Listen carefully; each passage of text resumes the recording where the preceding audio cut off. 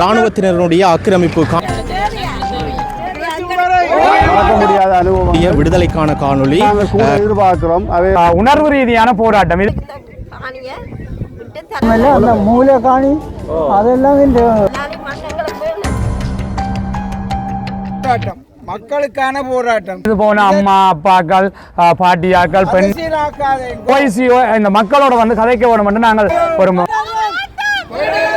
இந்த பெண்கள் குழந்தைகள் எல்லாம் கஷ்டப்பட்டு போராடி கொண்டிருக்கிறார்கள். ஆகவே நாங்கள் ஒற்றுமையாக வாழ விரும்புகிறோம். சந்திரசேகரம் ஐயாக்கு ஓட் பண்ணினாக்கள் தான் இந்தியாவில் இருக்கிற மக்கள் நிறைய பேர். இந்தியா எங்களை வாழவும் விடாது சாகவும் விடாது. நாங்கள் உங்களுக்கு பாதை விட்டாச்சு தானே அந்த பேக்காடு தேவையில்லை. சந்திரசேகரம் பெறவனும் 3 இந்த கடும் வெயில்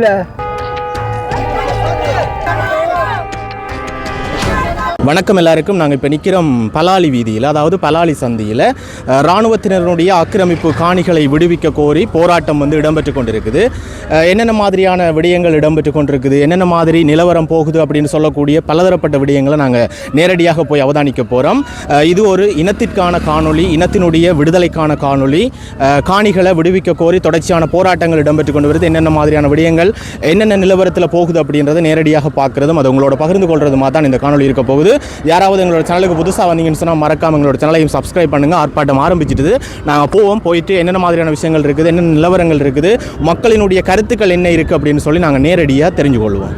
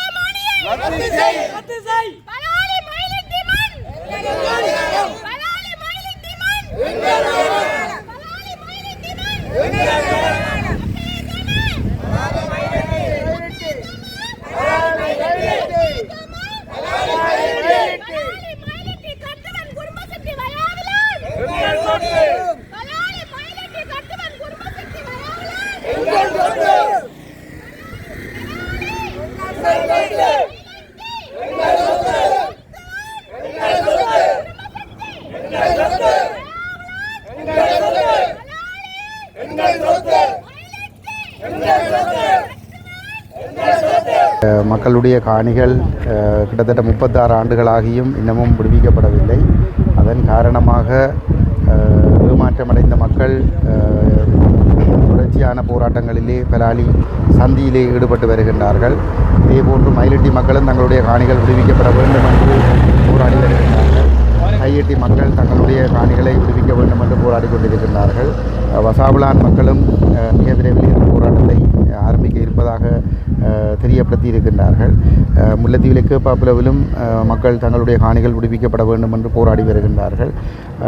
இந்த அரசாங்கம் பதவிக்கு வருகின்ற பொழுது இந்த மக்களுடைய காணிகள் மக்களிடம் கையளிக்கப்படும் என்ற ஒரு வாக்குறுதியை கொடுத்தே அவர்கள் இந்த மக்களுடைய ஆதரவை பெற்று பதவிக்கு வந்திருந்தார்கள். ஆனால் அவர்கள் பதவிக்கு வந்து 2 ஆண்டுகள் நெருங்குகின்ற நிலையிலே இன்னமும் இந்த மக்களுடைய காணிகள் விடுவிக்கப்படாத ஒரு நிலையில் அண்மையில் அரசாங்கம் அறிவித்திருக்கிறது, அமைச்சர் அறிவித்திருக்கின்றார் 1661 ஏக்கர் காணிகள் சுவீகரிக்கப்படும் என்று அறிவித்திருக்கின்றார். அந்த கருத்துக்களை நாங்கள் முற்றாக நிராகரிக்கின்றோம். அதை ஒருபொழுதும் ஏற்றுக்கொள்ள முடியாது. எங்களுடைய மக்களின் காணிகள் ஒரு அங்குலம் கூட இராணுவத்தினருடைய தேவைக்காக அபகரிக்கப்படுவதை ஏற்றுக்கொள்ள முடியாது. அனைத்து காணிகளும் விடுவிக்கப்பட வேண்டும். விடுவிக்கப்பட்டு இந்த மக்கள் தங்களுடைய சொந்த நிலங்களிலே குடியேறுவதற்கு அனுமதிக்கப்பட வேண்டும். அவர்கள் தலைமுறையாக பல நூற்றாண்டுகளாக இந்த மண்ணிலே அவர்கள் வாழ்ந்திருக்கிறார்கள். இந்த இராணுவ ஆக்கிரமிப்பு நடவடிக்கை காரணமாக அந்த மக்கள் இந்த மண்ணிலிருந்து வெளியேற வேண்டிய நிர்பந்தம் ஏற்பட்டது. அவ்வாறு வெளியேறிய மக்கள் யுத்தம் முடிந்து 17 வருடங்களும் பின்னரும் அந்த காணிகள் விடுவிக்கப்படாத நிலையிலே தொடர்ந்தும் தங்களுடைய காணிகள் வேண்டும் என்பதில் உறுதியாக போராடி வருகின்றார்கள். இந்த போராட்டத்திற்கு பல்வேறுபட்ட நெருக்கடிகளிலும் அரசு தரப்பினாலே நெருக்கடிகள் கொடுக்கப்பட்டு வருகின்றது. இந்த இடத்திலே ஒரு கொளுத்தும் வெயிலிலே இந்த மக்கள் போராடுகின்றார்கள். அவர்கள் இதிலே வயது முதிர்ந்தவர்கள், நோயாளிகள், குழந்தைகளோடு வருகின்றவர்கள், கர்ப்பிணி தாய்மார்கள் கூட இந்த போராட்டங்களுக்கு வருகின்றார்கள். அவர்கள் இந்த நிழல் ஒன்றை அமைப்பதற்கு கூட அவர்கள் அனுமதி மறுக்கப்பட்டிருக்கிறார்கள். மோசமான கெடுபிடிகள் பிரயோகிக்கப்படுகின்றது. அதிலே ஒரு வேப்பமரம் ஒன்று நின்றது. அந்த வேப்பமரத்தை இந்த மக்கள் நிழலுக்காக பயன்படுத்தினார்கள். ஒரு அம்மன் ஆலயத்தினுடைய ஒரு அடையாளமாக அந்த வேப்பமரம் இந்த மக்களால் பராமரிக்கப்பட்டு வந்தது. அந்த வேப்பமரத்தை கூட இங்கே சட்டவிரோதமாக கட்டிடம் ஒன்றை அமைத்திருக்கக்கூடிய இராணுவ தரப்புக்கு சொந்தமான ஒரு கட்டிடம் அமைக்கப்பட்டிருக்கிறது. கண்டின் ஒன்று அமைக்கப்பட்டிருக்கிறது. அவர்களால் இந்த வேப்பமரம் தரிக்கப்பட்டிருக்கிறது. இதிலே இந்த மலசல கூடம் அமைப்பதற்கான ஏற்பாடுகளும் நடைபெற்று கொண்டிருக்கின்றது. இது எவ்வாறு இந்த செயற்பாடுகள் நடைபெறுகிறது என்பது ஒரு பெரிய ஒரு கேள்வியாக இருக்கிறது. சொந்த மக்கள் தங்களுடைய காணிகளுக்குள் காலடி வைக்க முடியவில்லை. ஆனால் சட்டவிரோதமாக தங்கியிருக்கின்ற இந்த படைத்தரப்பு இங்கே இந்த மக்களுடைய காணிகளில் இவ்வாறான செயல்பாடுகளில் ஈடுபடுவதை அனுமதிக்க முடியாது. உடனடியாக இந்த காணிகளில் உள்ள படையினர் வெளியேறி இந்த மக்களிடம் காணிகள் கையளிக்கப்பட வேண்டும். தெரிவிக்கக்கூடிய கருத்துக்கள் என்ன மாதிரி இருக்குது? அரசு தரப்பு இதை அபகரிப்பதற்கு தான் முயற்சி செய்கிறது. ஆனால் அதற்கு நாங்கள் இடமளிக்க முடியாது. என்ற மக்கள் சொந்த காணிகள் விடுவிக்கப்பட வேண்டும் என்பதில் உறுதியாக இருக்கிறார்கள். தமிழ் எம்பியாக்கள் எல்லோரும் அவருடைய நிலைப்பாடும் அதுவாக தான் இருக்கிறது. அரசு எடுக்கிற முடிவோடு தான் அவர்கள் இருக்கிறார்கள். அது மக்களுடைய போராட்டங்களினூடாக அது நிச்சயமாக விடுவிக்கப்படக்கூடியதாக இருக்கும். மக்களுடைய காணிகள் மக்களுக்கு சேரும். மக்கள் இதே போன்று உறுதியாக இருந்தால் நிச்சயமாக. நன்றி. நன்றி.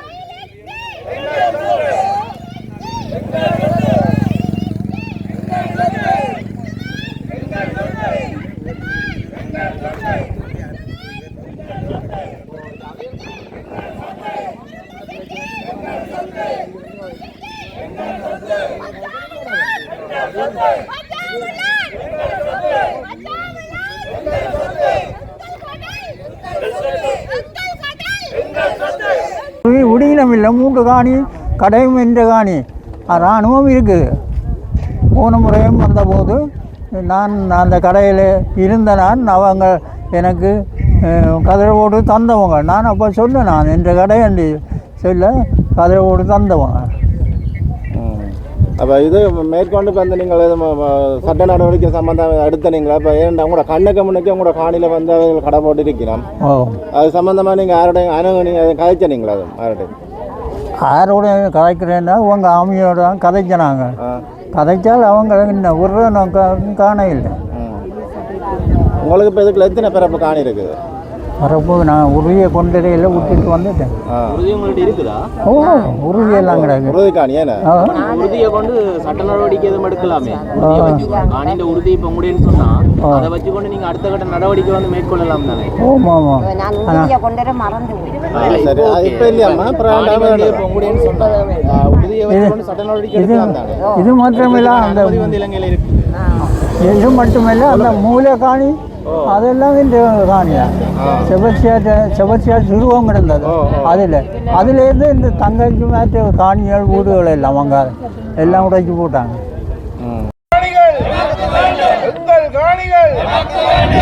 கிடைக்கும் வரை காணிகள் கிடைக்கும் வரை காணிகள் கிடைக்கும் வரை காணிகள் கிடைக்கும் வரை காணிகள் கிடைக்கும் வரை எமது காணிகளை எங்களிடம் ஒப்படை, எமது காணிகளை எங்களிடம் ஒப்படை, எமது காணிகளை எங்களிடம் ஒப்படை, எமது காணிகளை எங்களிடம் ஒப்படை. வேண்டும் வேண்டும் காணிகள் வேண்டும்.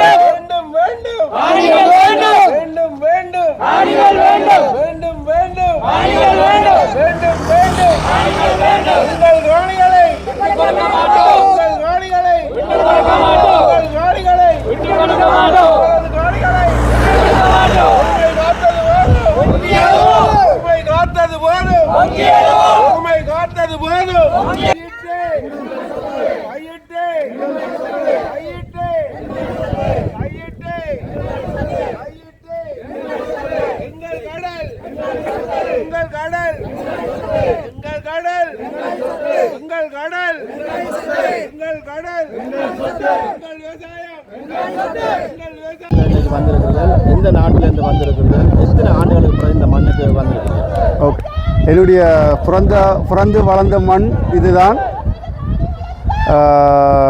நான் இங்கிலாந்து நாட்டிலிருந்து 90ஆம் ஆண்டு நான் இடம்பெயர்ந்த பிறகு 2017 வந்த நான் இங்கே நாட்டுக்கு. ஆனால் இந்த இடத்துக்கு விட இல்லை. இதுதான் 36 ஆண்டுக்கு பிறகு அட்லீஸ்ட் இந்த சந்தியில் வரக்கூடிய மாதிரி இருந்தது. இதில் தான் நாங்கள் எல்லாம் பிறந்து வளர்ந்து சின்னத்தில் ஓடி விளையாடி இந்த சந்தையில் எல்லாம் பந்திலெல்லாம் ஓடி விளையாடி கடலுக்கு குளித்த இடங்கள் எல்லாம் வந்து ஒரு மறக்க முடியாத அனுபவங்கள். இன்னும் சில பிரச்சனைகள் இங்கே இருக்குது. ஆர்ப்பாட்டக்காரர்கள் இருந்து தங்களுடைய காணிகளை விடணும்னு சொல்லி ஆர்ப்பாட்டம் பண்ணிக்கணும். அதோடு சேர்த்து நானும் அவருடைய ஒரு சப்போர்ட்டுக்காக இங்கே வந்திருக்கிறேன். அதே சமயம் எங்களுடைய காணிகளும் இன்னும் விடுதலை செய்யவில்லை. எங்களுடைய அம்மாக்கள் நாங்கள் பிறந்து வளர்ந்த காணிகள் இன்னும் விடுதலை செய்யப்படவில்லை. அதே சார்ந்து நாங்கள் எங்களுடைய மக்களுக்கும் எங்களுடைய சகோதரங்கள் எங்களுடைய வருங்கால சந்ததியினர் வந்து இனி சந்தோஷமாக இருக்கணும்ன்றதுக்காகத்தான் நாங்கள் இவ்வளோ கஷ்டப்படுறோம். அதோடு சேர்ந்து வந்து இங்கே உள்ள ஒரு சில மக்களுடைய ஒத்துழைப்பும் என்று நாங்கள் கூட எதிர்பார்க்குறோம். அவை வேறு ஆர்ப்பாட்டம் அன்னமாரங்களோட காட்சியோட சொல்லிச்சினோம். சில மக்கள் வந்து இன்னும் ஆர்ப்பாட்டங்களுக்கு ஒழுங்காக வந்து தங்களுடைய சப்போர்ட்டை தெரிவிக்கணும் இல்லைன்னு சொல்லினோம். தயவுசெய்து மக்களே, நீங்கள் உங்களுக்கு காணி கிடைச்சிருந்தா பிறகு நீங்கள் ஒதுங்கி இருக்காமல் காணி கிடைக்காத ஆட்களுக்கு நீங்கள் அட்லீஸ்ட் ஒரு அரை மணித்தியாலமோ 1 மணித்தியாலமோ வந்து ஒவ்வொரு நாளும் இங்கே ஆர்ப்பாட்டம் செய்யலை. கிழமையில் ஒரு நாள் தான் செய்யணும். நீங்கள் உங்களுடைய சப்போர்ட்டை வந்து அவைக்கு கொடுத்தா தான் அவங்களோட எதிர்கால சந்ததியும் வந்து அவங்களோட பிள்ளைகளும் வந்து சந்தோஷமாக வாழ அவைக்கு நீங்கள் வடிவளிக்கணும். நாங்கள் வெளிநாட்டில் இருக்கிறோம். நீங்கள் யாழ்ப்பாணம் என்று சொன்னால் உடனே மதிப்பாங்க. உடனே அவங்க எங்களோட கல்வியை பற்றி தான் முதல்ல கதைப்பாங்க. யாழ்ப்பாணம் என்று சொன்னால் எங்களோட கல்வியை தான் முதல்ல சொல்லுவாங்க. யாழ்ப்பாணமா எஜுகேஷனை பற்றி தான் முதல்ல டொப்பாகவே கதைப்பாங்க. ஸோ உங்களோட பிள்ளைகள் எல்லாம் படித்து நல்லா வரணுமெண்டா இந்த காணிகள் இங்கே இதுக்குள்ள பள்ளிக்கூடங்கள் எல்லாம் பின்னு கிடாக்கு அதெல்லாம் விடுவி செய்து பள்ளிக்கூடங்கள் எல்லாம் வந்தால் தான் எங்களுக்கும் சந்தோஷம். உங்களோட சந்தோஷம் வந்து சந்தோஷமாக பாட்டி வாழ்ந்த இடம், அப்பா அம்மா வாழ்ந்த இடம், தாத்தா வாழ்ந்த இடம்னு சொல்லி சந்தோஷமாக இருப்பினோம். அதை தயவு செய்து நீங்கள் ஒத்துழைப்பு கொடுத்து நேரம் வந்து இந்த ஆர்ப்பாட்டத்தில் கலந்து கொள்ளுமாறு நான் உங்களை எல்லாரும் கையெடுத்து கும்பிட்டு கேட்குறேன். நான் லண்டன்லேருந்து வந்தேன்னா இன்றைய காலம் இங்கே எங்களோட ஆரோக்கிய மாதா கோயிலில் திருப்பலி நடந்தது. அதுக்கு வந்த நான் 5:30க்கு வந்த நான் சந்திக்கு வர எங்களோட கவுன்சிலர்ஸ் என்ற ஒரு நண்பர் சொன்னார் இங்கே ஆர்ப்பாட்டம் செய்யணும்னா 5:30க்கு வந்த நான் அதை மட்டும் இங்கே நான் தாமதித்து கொண்டு நின்று ஆர்ப்பாட்டத்தில் பங்கு பட்டணுமென்றதுக்காக நின்று பங்கு பெற்றி கொண்டு நிற்கிறேன். இப்போ நீங்கள் வாழ்கிற நாடுகளில் வந்து இது தொடர்பாக எங்களுடைய ஈழ பிரச்சனை சம்பந்தமாகவோ இல்லை இந்த காணி பிரச்சனை சம்பந்தமாக முன்னெடுக்கிறதுக்கான அங்கே செயல்பாடுகள் செய்கிறதுக்குரிய வழிவகைகள் அங்கே இருக்குதா? நீங்கள் எப்படியான செயல்பாடுகள் முன்னெடுக்க? அங்கே நிறையவே இருக்குது. நாங்கள் வந்து நீங்கள் ஆரம்பத்தில் சொன்னால் கூட முள்ளிவாய்க்கால் பிரச்சனை நடந்த காலத்தில் கூட அந்த டைமில் அங்கே சரியான பனிப்பொழிவு. அந்த டைமில் கூட நாங்கள் வந்து அங்கே லண்டன் பார்லிமெண்ட்டுக்கு முன்னால் வந்து நாங்கள் 24 hours ஆர்ப்பாட்டம் தான் மாறி ரொட்டேட் பண்ணி ஒரு குரூப்பாக ஆர்ப்பாட்டம் செஞ்சு கொண்டு வந்தோம். நாங்கள் அதே இது இந்த காணி இதுகள் வந்து நாங்கள் வந்து மோஸ்ட்லி இப்போ வந்து சிறுவர்கள்லாம் இளைஞர்கள்லாம் அந்த பொறுப்பை ஏற்றுக்கொண்டு வரையணும். அங்கே பள்ளிக்கூடம் படிக்கிற பிள்ளைகள் அவை தான் இந்த பொறுப்பை ஏற்றுக்கொண்டு வரையணும். ஏன்னா அங்கே உள்ள பேரண்ட்ஸுக்கு வந்து அங்கே இதுகளை கொஞ்சம் சமாளிக்கிற கஷ்டமாக வேலையில் போடுவாங்க. சிறுவர்கள் அவர்கள்லாம் அந்த மாணவர்கள்லாம் இந்த இதுகள் பிரச்சனைகள் சம்பந்தமாக இதுகள் எல்லாத்தையும் ஏற்று இப்போ வழிநடத்தி கொண்டு பாரு. அவங்க எவ்வளோ முன்னேற்றங்கள் முன்னேற்றங்கள் செய்து வரையணும். காணி பிடிப்பு தொடர்பாக ஒரு போராட்டத்தை அங்கே முன்னெடுக்கிறதுக்குரிய சாத்தியங்கள் இருக்குதா? செய்யலாம். அங்கே இங்கே மாதிரி எல்லாம் எங்களை வேண்ட மாட்டாங்க. வந்து முதலில் பெர்மிஷன் எடுக்க வேணும். ஏன்னா அவங்க இந்த ரோட் இதில் வந்து பெர்மிஷன் எடுத்து இதில் தான் செய்ய வேணும். அப்போ அங்கே ஒரு இது வந்து கம்யூனிட்டி வந்து செய்யுதுன்னு சொன்னால் கட்டாயம் செய்யலாம். அங்கே எல்லாம் மறுப்பு தெரிவிக்க மாட்டோம். அங்கே பெர்மிஷன் எடுத்துட வேண்டால் அங்கே ஒரு மறுப்பும் தெரிவிக்க மாட்டோம். ஒரு பிரச்சனையும் இல்லை. சரிங்க, நன்றி அண்ணா. நன்றி. இந்த மக்கள்கிட்ட நீங்களும் உங்களோட காணியில் நீங்கள் இன்றைக்கு ஆர்ப்பாட்டத்தில் வந்திருக்கிறீர்கள். இதே போல புலம்பெயர் தேசங்களில் உறவுகளும் அங்கே அந்த அவையில் இருக்கிற நாடுகளில் எப்படியான ஒரு போராட்டத்தை முன்னெடுக்கணும்னு சொல்லி இந்த சந்தர்ப்பத்தில் கேட்டுக்கொள்வோம். கட்டாயம் நான் கேட்டுக்கொள்வேன். நன்றி அண்ணா, நன்றி. எல்லாருக்கும் நன்றி.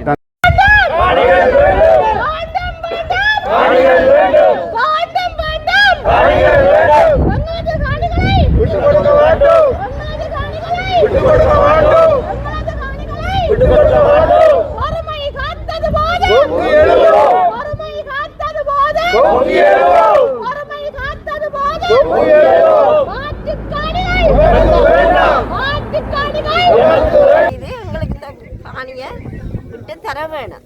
விட்டு தந்தால் தான் நாங்கள் இதுக்குள்ள வந்து ஏதோ ஒரு கடையை கட்டி எங்கள் பிள்ளைகள் எல்லாம் வளர்ந்துட்டு அப்பா இல்லாத காலமாக போயிட்டுது. அப்போ பிள்ளைகள் வந்து வாழ வேணும். எங்களை பலாலி மண் எங்களுக்கு வேணும். சொல்லுங்கம்மா. மற்ற உங்களை காணியில் வந்து ராணுவம் கடையும் மற்றது ராணுவம் வந்து எங்களை காணிக்க கடை கட்டி அவே வாழினோம். நாங்கள் என்ன செய்கிறது? இதுக்கு பதில் என்ன? அது ஏதாவது ஒரு முடிவு நீங்கள் தான் எங்களுக்கு செய்ய வேணும், செய்து தர வேணும். இந்த வெயில் வைக்க எல்லாம் வயசு போனாக்கள் வந்திருந்து போராட்டம் நடத்தினாலும் இந்த இடத்தை விடுங்கோ, எங்களை பலாளிக்காணியை விட்டு தாருங்கோ.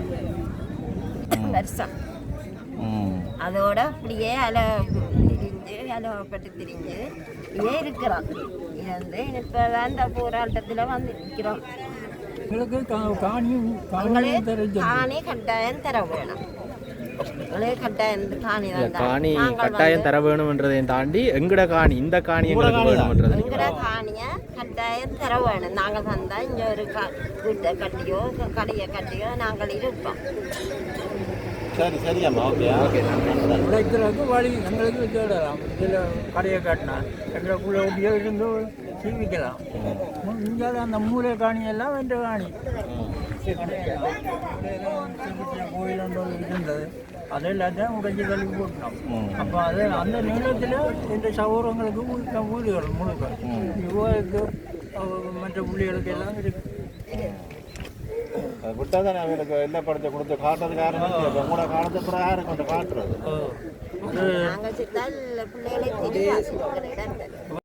பின்னுக்கு விடுங்க. இப்போ நாங்கள் இதில் பிடிக்க அரசியல் கட்சியெல்லாம் இங்கே நிற்கிது. அப்போ அவங்க சொல்லுவாங்க ஒரு அரசியல் கட்சி தான் இதை நடத்துதுண்டு. தயவு செய்து மக்கள் போராட்டம், மக்களுக்கான போராட்டம். இதை நீங்கள் எந்த வாதியிலும் ஆரையும் குறைக்க வேண்டாம், அரசியலாக்காதேங்கோ, அரசியலாக்க வேண்டாம். இதைத்தான் நான் அன்பாக கேட்டுக்கொள்வேன். போராட்டமாக இருக்கின்ற பலாலி காணி விடுவிப்பு தொடர்பான போராட்டத்தில் நான் பங்கெடுத்திருக்கின்றேன். 36 வருட காலமாக இராணுவ ஆக்கிரமிப்பில் இந்த காணியை விடுவிக்குமாறு மக்கள் கோரி போராட்டம் நடத்தி கொண்டு வருகின்றனர். அதில் நானும் ஒருவராக ஒரு மக்கள் சார்பாக போராட்டத்தில் பங்கு கொண்டிருக்கின்றேன். அவர்களுடைய கோரிக்கையானது நியாயமாக காணப்படுகிறது. அவருடைய காணிகள் அவர்களுக்கே வேண்டும் என்றும் அந்த காணியை வந்து இராணுவம் அபகரித்து தமது வருமானத்தை ஈட்டும் நோக்குடனும் பல்வேறுபட்ட வயதுகள் கூடிய வயோதிபர்கள் கூட இந்த கொடூரமான வெயிலில் வந்து நின்று தமது காணிகளுக்காக இன்று வரை கண்ணீரும் கம்பளையுமாக நின்று இந்த வெயிலில் நின்று தமது போராட்டத்தை நடாத்தி கொண்டு வருகின்றனர். இது கடந்த கால அரசாங்கங்களும் இதற்கு பொறுப்பு கூற வேண்டிய நிலைப்பாடில் இருக்கின்றது. என்றாலும் கடந்த சில அமைச்சுக்கள் தமது வேண்டுகோளின் பிரகாரம் காணிகள் விடுவித்துக் கொண்டிருந்த வேளையில் தற்போது ஆட்சி மாற்றங்கள் இடம்பெற்றமையால் இந்த காணிகள் விடுவிப்பதற்கான வாய்ப்புகள் குறைந்துள்ளது. ஆனால் இந்த அனுர அரசாங்கம் தாம் இந்த காணியை விடுவிப்பதாக ஒரு பொய்யான வாக்குறுதியை மக்கள் மத்தியில் பரப்பி வாக்கு வங்கியை சேகரித்தது மட்டுமல்லாது அவர்களான காணியை இதுவரைக்கும் விடுவிக்கப்படவில்லை. அந்த காணிகள் இனியும் விடுவிக்கப்படுமா என்பது ஒரு மக்கள் மத்தியில் இந்திய நிலப்பாட்டில் பல்வேறு கேள்விகளாக காணப்படுகின்றன. இங்கே பல்வேறுபட்ட ஆலயங்கள், செபஸ்டியார் ஆலயம் ஒரு மகிமையான ஒரு ஆலயம் ஒன்று இருக்கின்றன, சைவ பாரம்பரிய ஆலயங்கள் இருக்கின்றன. அதிலே கூட தாங்கள் பார்க்க முடியாமல் தரைமட்டமாக இருக்கின்றன. மக்கள் தமது வம்பாரங்களில் இதிலிருந்து இந்த வெயிலில் இருந்து தமது குரல்களை பதிவு செய்து கொண்டிருக்கின்றார்கள். உண்மையிலே பார்ப்பதற்கும் கேட்பதற்கும் மனவேதனையாக இருக்கிறது. இந்த கவர்மெண்ட் என்ன சொல்லி வாக்குறுதிகளை பெற்று ஆட்சி பீடம் ஏறியதோ அதை நிறைவு செய்ய வேண்டும் என்பது எமது விருப்பமும் எமது வேண்டுகோளுமாக இருக்கின்றது என்பதை மிகவும் தாழ்மையுடன் இதில் பதிவு செய்கின்றேன். நன்றி, வணக்கம்.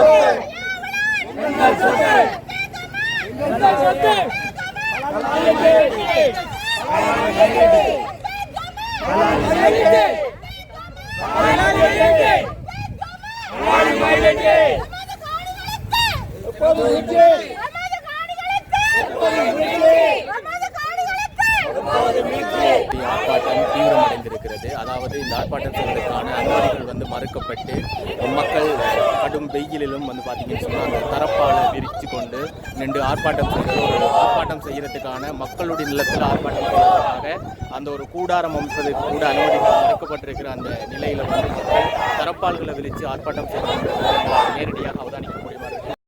இதில் பார்த்தீங்கன்னா இதில் இருந்த மரமும் வந்து அகற்றப்பட்டிருக்குது. அது மட்டும் இல்லாமல் இந்த இடத்துல ஆர்ப்பாட்டம் செய்கிறதுக்கான அனுமதிகளும் வந்து மறுக்கப்பட்டிருக்கிறது மட்டும் இல்லாமல் மக்கள் கடுமையான வெயில், அதாவது வயோதிபர்களாக இருக்கலாம், பல்வேறுபட்டவர்கள் நடு வெயிலுக்குள்ள இருக்க முடியாத சூழ்நிலை மேலே தங்களுடைய கைகளால் தரப்பால் விரித்து கொண்டு ஆர்ப்பாட்டம் செய்து கொண்டிருக்கிறது எங்களால் நேரடியாக அவதானிக்கக்கூடிய மாதிரி இருக்குது. 36 ஆண்டு காலமாக இதில் இருக்கக்கூடிய காணிகள் எல்லாம் மக்களுடைய காணிகள் விடுவிக்கப்படாமல் இருக்கிற அந்த சூழ்நிலையில் மக்களுடைய ஆர்ப்பாட்டம் போராட்டம் தீவிரமடைந்து கொண்டிருக்கிறது எங்களால் நேரடியாக அவதானிக்கக்கூடிய மாதிரி இருக்குது. அவர்கள் முன்வைக்கக்கூடிய கருத்து அரசாங்கத்திடம் இந்த காணிகள் தங்களுக்கு வேண்டும், தங்களுடைய சந்ததிகளுக்கு இந்த காணிகளை முன்வைக்க வேண்டும் என்கின்ற கோரிக்கைகளை முன்வைத்து இந்த போராட்டங்களை முன்னெடுத்து வருகிறார்கள். இன்றைய தினம் 5வது வாரமாக பலாலி சந்தியில் மக்களுடைய போராட்டம் ஆரம்பித்து நடைபெற்று கொண்டிருக்கிறது. இன்றைய தினமும் இந்த தரப்பால் கட்டுவதற்கு போலீஸார் இங்கே வந்திருந்தார், ஓஎஸ்சி வந்திருந்தார், கட்ட வேண்டாம்னு சொன்னார். நாங்கள் சொன்னோம் வயது போன அம்மா அப்பாக்கள் பாட்டியாக்கள் பெண்கள் குழந்தைகள் மிக வெயிலில் இருக்கிறோம், நாங்கள் பிடிச்சு கொண்டு போராடுற மட்டும். ஏற்கனவே முதலே நாங்கள் சொல்லியிருந்தாங்க, சுமந்திரன் ஐயா வந்தபோது தான் டிஐயோட கதைக்கிறேன், எஸ்பியோட கதைக்கிறேன், ஏஎஸ்பியோட கதைக்கிறேன்னு சொல்லியிருந்தவர். ஆகவே இது நாங்கள் எங்களுக்காக கேட்கவில்லை, உண்மையாக வயது போனவர்களுக்காக தான் அதை கேட்டிருந்த நாங்கள். இன்றைய போராட்டத்தில் இந்த போலீஸார் தங்களுடைய கடமைகளை செய்து கொண்டிருக்கிறார்கள். நான் நினைக்கிறேன் இந்த ஓஐசியோ இந்த மக்களோட வந்து கதைக்க வேணும் என்று நாங்கள் ஒரு முதலாவது கோரிக்கை அதை தான் விடுறோம். ஏன்னா இவர் பலாலியில் முந்தி போலீஸ் ஸ்டேஷன் இருக்கையில் இந்த பலாலியை பற்றி அவருக்கு பூரணமாக தெரியாது. இதை நினைச்சு கொண்டிருக்கிற மாதிரி இது காடுகள் இல்லை, இதெல்லாம் எங்களுடைய வாழ்விடங்கள் இடித்து அழிக்கப்பட்டு விவசாயம் செய்கின்ற அல்லது இராணுவம் போலீஸ் எல்லாம் இருக்கிற இடமாக தான் இருக்குது. இது முழுக்க முழுக்க எங்களுடைய உயிர் சார்ந்த எங்களுடைய வாழ்வு சார்ந்த ஒரு உணர்வு ரீதியான போராட்டம். இதை போலீஸார் விளங்கிக் கொள்ள வேண்டும். நான் நினைக்கிறேன் இராணுவம் போலீஸ் ஏதோ ஒன்று நினைத்துக் கொண்டிருக்கிறார்கள், நாங்கள் ஏதோ ஒன்று நினைத்துக் கொண்டிருக்கிறோம். இவர்கள் எங்களோடு வந்து கதைக்கிற பொழுதுதான் பிரச்சனைகளை விளங்கிக் கொள்ளும். என்ன பிரச்சனைக்காக போராடுகிறோம், நாங்கள் என்னத்தை எதிர்பார்க்கிறோம், நீங்கள் என்ன செய்ய போகிறீர்கள். நாங்கள் இங்கே இராணுவ சிவிலுக்கு பொறுப்பாக இருக்கின்ற டிசிசி மீட்டிங்குக்கு போகின்ற பெரிய அதிகாரி இருக்கிறார், அவர் இந்த மக்களோடு வந்து கதைக்க வேண்டும் என்று விரும்புகிறோம். நாங்கள் எதிராக போராடவில்லை, எங்களுடைய கோரிக்கைகளை அவர்களுக்கு தெரியப்படுத்துகிறோம். நீங்கள் என்ன செய்ய போகிறீர்கள் என்ற விஷயங்களை சொல்ல வேண்டும். இந்த 2 பிரதான விஷயமும் எங்களுடைய போராட்டம். நாங்கள் இந்த வெயிலில் நாங்கள் வேறு எந்த வேலையும் இல்லாமல் இந்த போராட்டங்களை செய்யவில்லை. மிக எவ்வளவோ வேலை பழுக்களுக்கு மத்தியில் இந்த பெண்கள் குழந்தைகள் எல்லாம் கஷ்டப்பட்டு போராடி கொண்டிருக்கிறார்கள். ஆகவே சம்பந்தப்பட்டவர்கள் இதில் எங்களுக்கு நல்ல தெளிவான விஷயம் இருக்குது. நாங்கள் இந்த வழி வடக்கு தொடர்பாக அல்லது எங்களுடைய பலாலி மயிலிட்டி தொடர்பாக ஜனாதிபதி வரைக்கும் தெரியும், விமல் ரட்நாயக்க சார் அவர்களுக்கு தெரியும், கருணி அமரசூரி அவர்களுக்கு தெரியும், எல்லா இராணுவ தளபதிகளுக்கு உயர் பீடத்தில் இருக்கிற இராணுவ தளபதிகள் அல்லது பாதுகாப்பு செயலாளர்கள் என்று சொல்லப்படுகிற முன்னாள் இராணுவ தளபதிகள் அனைவருக்கும் அக்குவேறு ஆணிவேறையாக இந்த பலாலி பிரச்சனை தெரியும்.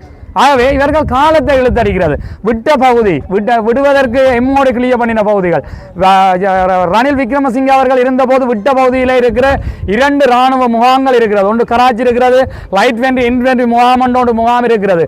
அவர்கள் தான் இந்த கண்டின நடத்துகிறவர்கள். அது விட்ட பகுதியில் எங்களுக்கு வீட்டு திட்டம் வந்திருக்கிறது. ஆகவே அந்த இடத்துக்கு அந்த கேம்ப் வந்து பிரதானமான ஒரு சந்தியில் இருக்குது. இந்த ஸ்பெஷல் போர்சஸ் உமன் கேம்புக்கு முன்னால் போகிற டச்சு வீதி அந்த சந்தி, இந்த ரோட்டு இந்த கிழக்கு பகுதி விடாமல் அங்கே போக முடியாது. ஆகவே இது தொடர்பாக எனக்கு தெரியும், இந்த தெல்லிப்பளை பிரதேச செயலகத்தில் இருக்க பிரதேச செயலாளர் சிங்கள பிரதேசங்களில் வேலை செய்த சிங்கள மொழி தெரிந்த மிகவும் அருமையான ஒரு பெண்மணி, அவருக்கு எங்களுடைய பிரச்சனைகள் தெரியும். அவர் இந்த பிரச்சனையில நேரடியாக வந்து இந்த மக்களோட கலந்தாலோசிக்க வேண்டும் என்று கேட்டுக்கொள்கிறோம். முன்னால் இருந்த ஆளுநர் சார்ல்ஸ் அவர்கள் இந்த வீரப்பலையில் இருக்கிற லைட் இன்ஃபென்ட்ரி கேம்ப் இருந்த இடத்துல வந்து இராணுவ தளபதிகள் உட்பட வந்து கதைத்து இதுவரைக்கும் அந்த இடம் விடுவிக்கப்படவில்லை. இந்த இடங்கள் இதே போல இராணுவ கராச்சி இருக்கிறது. இந்த கராச்சி இருக்கட்டும், இப்போதைக்கு நீங்க பாதையை விடுங்கள். இந்த கிழக்கு பகுதி இந்த மேற்கு பகுதி நாங்கள் இன்று தெளிவான ஒரு முடிவை சொல்லுகிறோம். நாங்கள் 90ஆம் ஆண்டு எப்படி இடம்பெயர்ந்து போனோமோ அப்படி எங்களை குடியமர்த்த வேண்டும். உங்களுக்கு விமான நிலையம் விஸ்தரிக்க ஓடுபாதை தேவையில்லை. 2400 மீட்டர் நீளமான ஓடுபாதை இருக்கிறது. ஏவியேஷன் என்று சொல்லி இன்றைய ஆளும் அரசு சார்ந்தவர்கள் வாயில் முணுமுணுக்க தொடங்குகிறார்கள். அதை வன்மையாக கண்டிக்கிறோம். உங்களுடைய வேலை இந்த விமான நிலையத்துக்கு காணி பிடிச்சு கொடுக்கிறது இல்லை.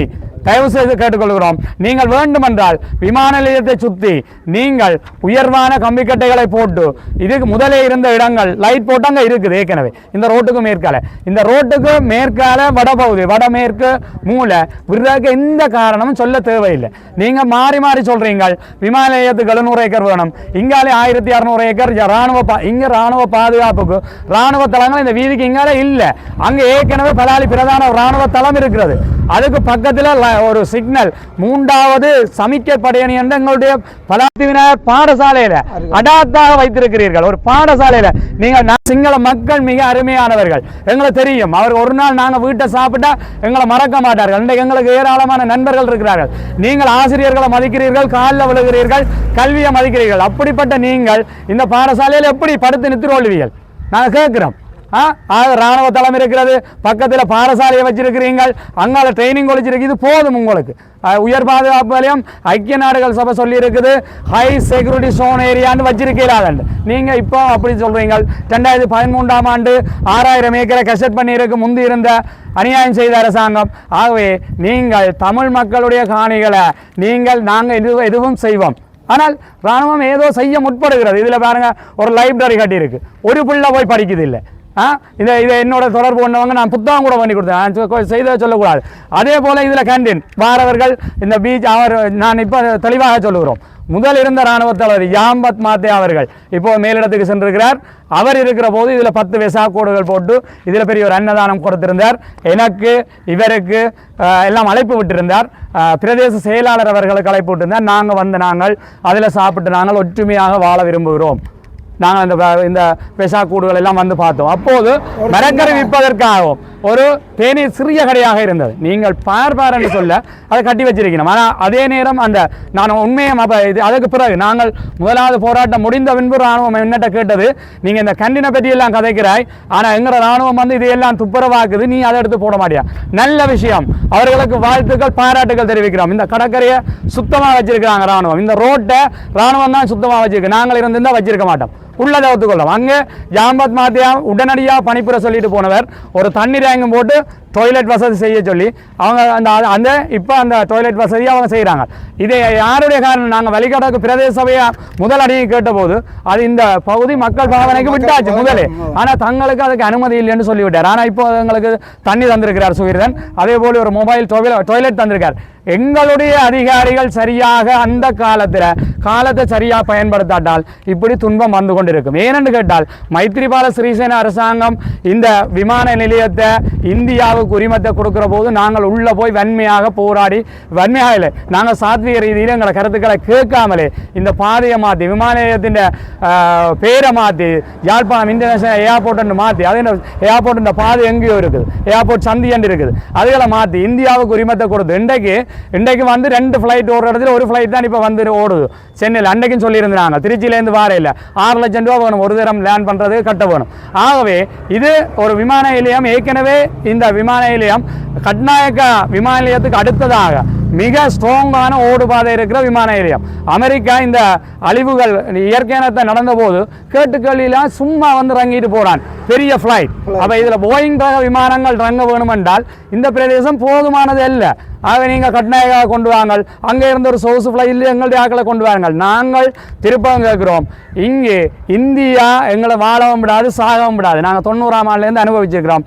ஆகவே நாங்கள் இந்த அரசாங்கத்திட்ட கேட்கிறோம், எங்கள்கிட்ட இந்த எங்களுடைய எல்லா பலாலியை சேர்ந்த மக்கள் வெளிநாடுகள் இருக்கிறார்கள், எங்களால் முடியும் இங்கே இருந்து ஒரு விமானத்தை கட்நாயக்காக்கு இல்லை இங்கே இருந்து கட்டார் வரைக்கும் ஓடுறாங்க. நீங்கள் இன்டர்நேஷனல் ஏர்போர்ட்டா இதுவரைக்கும் ஒரு கட்டாருக்கு ஒரு விமானத்தை விட்டுருக்கலாம், விடையில்லை. நீங்கள் எங்களை பேக்காட்டி இந்த விஷயங்களும் இதன்றீங்கள். நாங்கள் மீண்டும் கேட்டுக்கொள்கிறோம், இந்த ரோடு கிழக்கால் பகுதியில் விடுபட்ட ரணில் விக்ரமசிங்க இருக்க விடுபட்ட இடத்துல கராச்சும் லைட் இன்ஃபென்ட்ரி கேம்பும் இருக்கு. இந்த டிசிசி மீட்டிங்கில் கௌரவ கடத்தொழில் அமைச்சர் என்று சொல்லப்படுகிற சந்திரசேகரம் ஐயாவுக்கு ஓட் பண்ணினாக்கள்லாம் இந்தியாவில் இருக்கிற மக்கள் நிறைய பேர். அவர் விமல் ரட்நாயக்க சார் இங்கே வந்து இந்த மாதா கோயிலில் வந்து 2 தடவையாக மீட்டிங் வச்சிருந்தவர். அவர்களுக்கு நாங்கள் இந்த மக்கள் ஆதரவு வழங்கி இருந்தவர்கள்.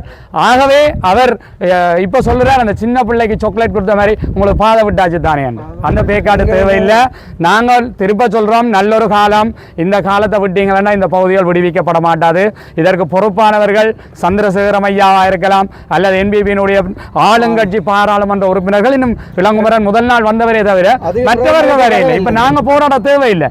நீங்கள் இந்த பிரச்சனையை சரியாக ஜனாதிபதிக்கோ பாதுகாப்பு அமைச்சுக்கோ சரியான முறையில் இதுகளை கொண்டு போய் நீங்கள் விடுவீங்கள் என்றால் நாங்கள் இந்த வெயிலில் காய தேவையில்லை, பொலிசோட முரண்படிக்க தேவையில்லை, எங்களுக்கு தரப்பால் தேவையில்லை. ஆகவே நீங்கள் விரைந்து இந்த விஷயங்களை செய்ய தரணும் என்று கேட்டுக்கொள்கிறேன்.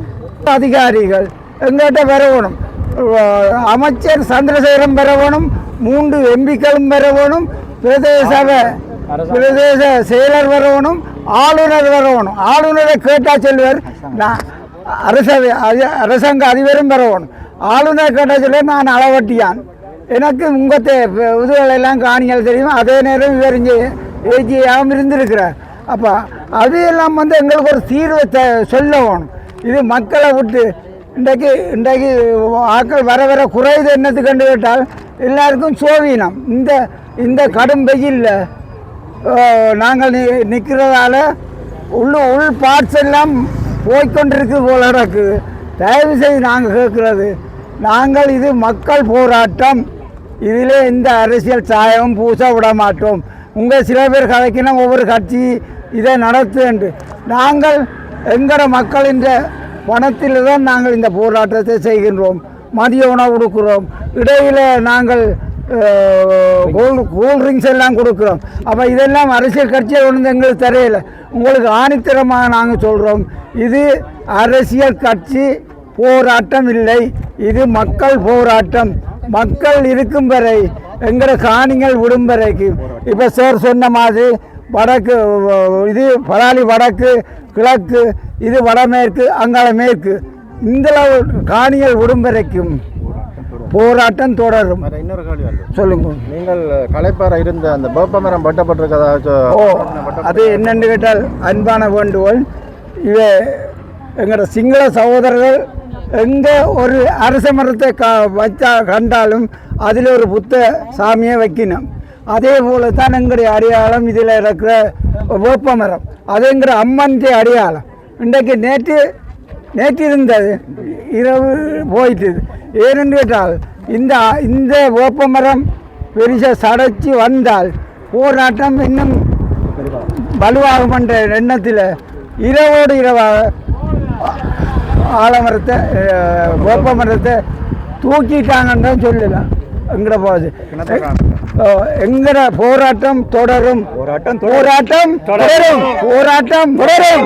எங்கள் நிலம் நமக்கு வேண்டும், எங்கள் நிலம் நமக்கு வேண்டும். நமது காணிகளில் தோட்டம் செய்யாது, நமது காணிகளுக்கு எப்போது மீட்சி, நமது காணிகளுக்கு எப்போது மீட்சி, நமது காணிகளுக்கு எப்போது மீட்சி. எங்கள் காணிகள் நமக்கு வேண்டும், எங்கள் காணிகள் நமக்கு வேண்டும், எங்கள் காணிகள் நமக்கு வேண்டும். காணிகள் கிடைக்கும் வரை போராட்டம் தொடரும், காணிகள் கிடைக்கும் வரை போராட்டம் தொடரும், காணிகள் கிடைக்கும் வரை போராட்டம் தொடரும். நமது காணிகளை, நமது காணிகளை, ஒப்படை, நமது காணிகளை, ஒப்படை, நமது காணிகளை,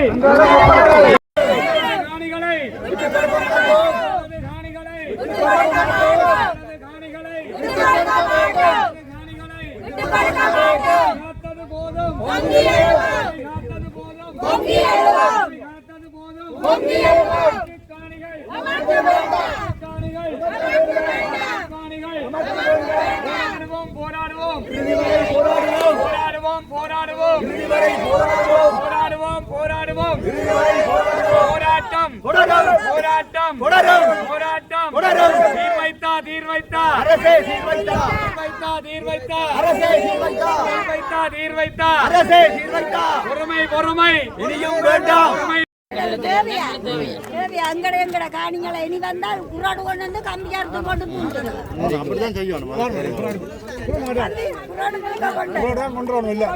அரசியல் கட்சி மாதிரி தான் எல்லாரும் கொடுக்கணும். சும்மா வந்து இந்த கதிரை எழுந்துட்டு போயா அரசியல் கட்சி மாதிரி கூப்பிடணும். ஆர்ப்பாட்டம் நீங்கள் பார்த்துருப்பீங்க. நாங்கள் போக போகிறோம் வெளிக்கிட்டோம். பலாலியினுடைய ஆர்ப்பாட்டம் இன்றைக்கு கிழமைக்கு இப்படி தான் நடந்தது. இந்தந்த விஷயங்கள் தான் நாங்கள் பதிவு செய்யப்பட்டது. உண்மையிலேயே ஒரு மன வருத்தமான விடயம் என்ன அப்படின்னு சொன்னால், அந்த இடத்துல தங்களுடைய காணிகள்லேயே தங்களுடைய இடங்கள்லேயே ஒரு தரப்பால் போடுறதுக்கான அனுமதிகள் வந்து மறுக்கப்பட்டிருந்தது. அவர்கள் வெயில் தாங்க முடியாத கடுமையான வெயில் அடித்து கொண்டிருக்கிறதுனால அவர்கள் தங்களுக்கு கொண்டு வந்த தரப்பாலை மேலே விரித்து ஆர்ப்பாட்டம் செய்கிற நிறைய விடயங்கள் அவதானிச்சிருந்தீங்க. இதுக்கான தீர்வுகளையும் அவர்கள் சொல்லியிருக்கிறார்கள். இவ்வளவுதான் இந்த வீடியோ. இந்த வீடியோவை கட்டாயம் பகிர்ந்து விடுங்க.